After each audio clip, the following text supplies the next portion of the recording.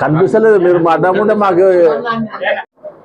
వఖఫ్ బిల్లును చట్టసభల్లో ప్రవేశపెట్టిన తర్వాత మీరు ఏ విధంగా మాట్లాడినారనే విషయాన్ని ఒక్కసారి ఆలోచన చేసినట్టయితే, గత ఏడాది బిల్లు పెట్టిన తర్వాత ప్రస్తావనకు వచ్చిన తర్వాత చట్టసభల్లో జేపీసీని వేసి ఆ తర్వాత జేపీసీ ఆధ్వర్యం లోపల అన్ని రాష్ట్ర ప్రభుత్వాలను, రాష్ట్రంలో ఉన్న వఖఫ్ పెద్దలను వ్యక్తిగతంగా అందరినీ సంప్రదించిన తర్వాత, సామూహికంగా కూడా వారి అందరి అభిప్రాయాలు తీసుకున్న తర్వాత మరి బిల్లుగా అనేక సవరణలు చేస్తూ దేశ ప్రజానీకం ముందు చట్టసభల్లో ప్రవేశపెట్టిన తర్వాత మీరు మాట్లాడిన విషయాలన్నీ మరి దేశ ప్రజల ముందు మీరు తలవదించుకునే విధంగా మీ ప్రసంగాలు కొనసాగినాయనే విషయాన్ని ఒక్కసారి మీ ద్వారా ఉంచుతూ, మరి వఖఫ్ ఆస్తి ఈరోజు దాదాపు రైల్వేలు, రక్షణ శాఖ తర్వాత 3వ స్థానం లోపల 9,40,000 ఎకరాల విస్తీర్ణం లోపల ఆస్తులుంటే, మరి ఆస్తుల ద్వారా కేవలం సంవత్సరానికి 120 కోట్ల రూపాయలు మాత్రమే ఆదాయాలు వస్తూ ఉంటే, దాదాపు అంచనాల ప్రకారంగా 15,000 నుంచి 20,000 కోట్ల రూపాయలు సాలీన ఆదాయం రావలసిన ఆస్తులన్నీ వఖఫ్ కొంతమంది పెద్దల గుప్పెట్లో పెట్టుకొని, ఆ పెద్దలందరూ కూడా రాజకీయ పార్టీల యొక్క ఆధీనం లోపల ఉండే విధంగా వ్యవహారం చేస్తూ ఈరోజు వాణిజ్య సముదాయాలుగా ఉన్న షాపులైతేనేమి, 5 స్టార్ హోటళ్ళు అయితేనేమి, అనేక సముదాయాల మీద వచ్చే 120 కోట్ల రూపాయల ఆదాయాన్ని మీరు వఖఫ్ బోర్డులలో చూపిస్తూ మిగతా ఆదాయాన్ని అంతా కూడా మీరు జేబుల లోపల మీకు మద్దతుగా ఉన్న రాజకీయ పార్టీలకు పంచుతూ పేదవారైన ముస్లింలందరినీ కూడా అన్యాయం చేస్తున్న సందర్భం లోపల భారతీయ జనతా పార్టీ నరేంద్ర మోడీ గారి నాయకత్వంలో ఇది గ్రహించి ఉత్తరప్రదేశ్లోనైతేనేమి, వెస్ట్ బెంగాల్లోనైతేనేమి, పంజాబ్లోనైతేనేమి, మహారాష్ట్రలోనైతేనేమి, కర్ణాటకలోనైతేనేమి, తర్వాత మన తమిళనాడులోనైతేనేమి వేలాది లక్షలాది కోట్ల రూపాయల ఆస్తులు వఖఫ్ బోర్డుల ఆధీనంలో పెట్టుకొని రాజకీయ పార్టీలకు మీరు పాలు పంచుకుంటూ పేద ముస్లింలను, పస్మందా ముస్లింలందరినీ కూడా మోసం చేస్తూ ఈరోజు సుమారు 23-24 కోట్ల మంది ముస్లింలు భారతదేశం లోపల జీవిస్తూ ఉంటే, కేవలం ఈ ఆస్తులన్నీ కూడా వీటి యొక్క ఆస్తుల యొక్క సంపద మీద వచ్చే ఆదాయాన్ని అంతా కూడా కేవలం కొన్ని వేల మంది, వందల మంది వ్యక్తుల మధ్యలోనే తిరుగుతూ ఉంటే, ఇది పేద ప్రజలు పవిత్ర ధర్మం మీద నమ్మి పవిత్రంగా పేద ప్రజలకు అందాలి, ఈ ఫలాలన్నీ కూడా పేద ప్రజలకు ధర్మం ద్వారా ఉండాలని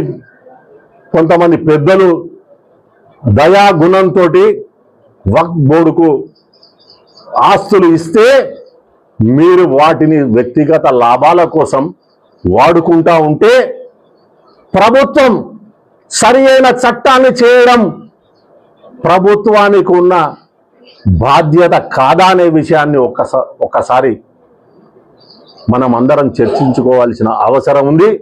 హైదరాబాద్ లోపల ఒక రాజకీయ నాయకుని చేతుల లోపల కనుసన్నల లోపల 1700 ఎకరాల భూమి ఉన్న మాట వాస్తవం కాదా? ఈనాడు మరి ఆ 1700 ఎకరాల భూమి ఏ కుటుంబాని కోసం, ఏ ఒక్క వ్యక్తిగత ప్రయోజనాల కోసం వాడుతా ఉన్నారనే విషయాన్ని, ఆ ఫలాలన్నీ ఎవరు అనుభవిస్తున్నారనే విషయాన్ని ఒక్కసారి గమనించినట్టయితే,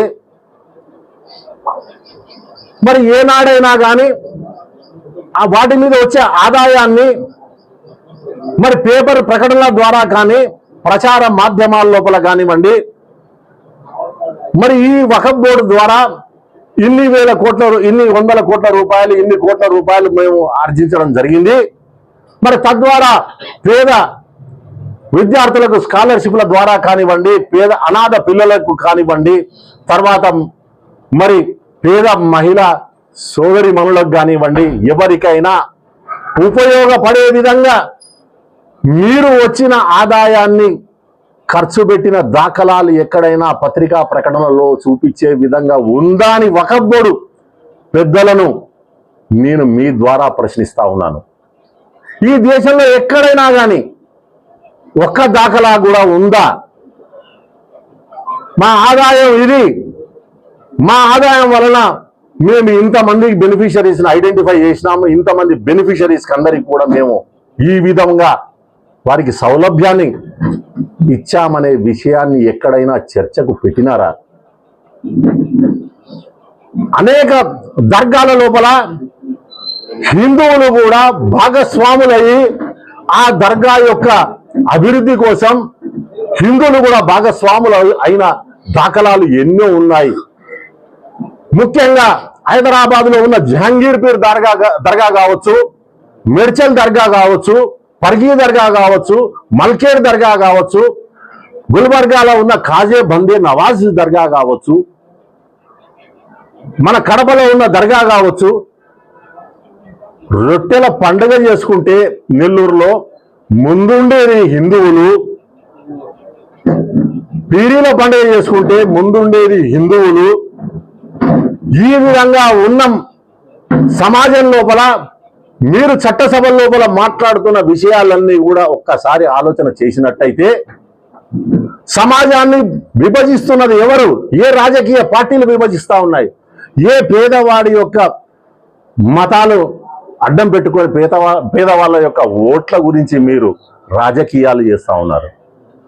మీరు మతం లోపల కొంతమందిని ఎంచుకొని వాళ్ళని బలవంతులుగా తీర్చిదిద్ది వాళ్ళ చేతుల్లో బలహీనులైన మతాలకు చెందిన వాళ్ళు, బలహీన వాళ్ళు, పేదవాళ్ళందరినీ కూడా అణుగుతొక్కుతున్న దాఖలాలు ఉత్తరప్రదేశ్లో, బీహార్లో లేవా?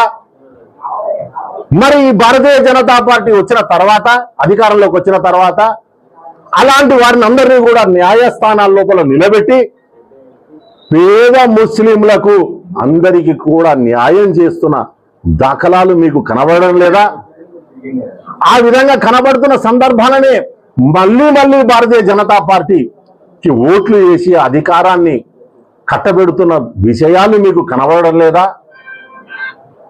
ఈ విషయాలన్నీ వఖఫ్ ఈనాడు చేసిన చట్ట సవరణలో అయితే ఆలోచన చేసినట్టయితే ఒక ప్రభుత్వ అధికారి, కలెక్టర్ బాధ్యత కలిగిన వ్యక్తి ఆజమాయిషీ లోపల ఎవరైనా వఖఫ్ బోర్డుకి ఇవ్వాలని అనుకున్నప్పుడు, ఆస్తిని ఇవ్వాలని అనుకున్నప్పుడు వారు రిజిస్ట్రేషన్ చేసే విధి విధానాన్ని ఉంచడం, సవరణ చట్టంలో ఉంచడం తప్ప రాష్ట్ర అధికారి ఆజమాయిషీ లోపల వఖఫ్ విషయాలన్నీ కూడా అమలు జరగాలి అని అనడం తప్ప, మరి మతానికి సంబంధించిన మహిళా సోదరి మనులను వఖఫ్ నిర్వహణ బాధ్యత లోపల భాగస్వామ్యం చేయడం లోపల మీకు ఇబ్బంది ఏంటి? మహిళా సోదరి మనులకు హక్కు లేదా?